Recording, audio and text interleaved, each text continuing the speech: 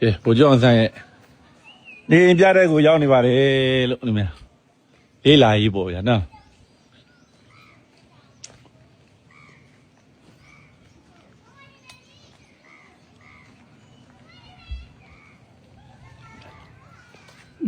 ရိုက်တာ ရှေ့ထွက်တာ လိုက်ပြောင်းနေ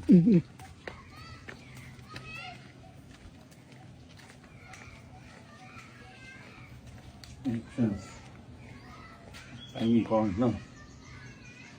အဲ့ဒီကောင်း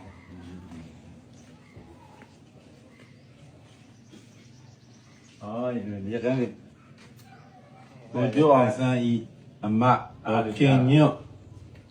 တော့ခင်ညွတ်တော့ဝက်အသုံးပြုခဲ့သောရကန်းစဉ်ဒါကတော့လက်ရကန်းစဉ်ပေါ့နော်ဒါစီးတော့ကတော့ညာဒေသမှာဒါတွေနဲ့ဖြင်းရက်တဲ့ဟာတွေဖြင်းရက်တာအနားတော့တောင်မဲကြီးတယ်ရှီကတော့တောင်30လောက်လဲရတယ်ဒါလက်ရကန်းစဉ်ဓမ္မယူရပေါ့နော်ဒါတွေကပါတယ်ဘုရားအင်းဘုရားအဆိုင်ဆွေတင်မျိုးဆက်ရန်ဝါအဲ့ဒါဆွေတင်မျိုးဆက်တရားတွေဆွေတင်မျိုးဆက်genealogy or general outline နော်ဘုရားအဆိုင်ဆွေတင်မျိုးဆက်လေးအဲ့တော့ကြားတယ်တော့နော်ပြမှန်ပါကျဘုရားဒီလာတော့ညကောင်းနေဘုရားဘောဘုရားအဆိုင်ကြားသုံးပြီးနော်စေဝဆုံးပြင်ဆင်ထားဖို့ the crop which unifor at the funeral နော်အစပုဒ်လာလေရောက်တော့မှာနော်အာဂာနီနေ့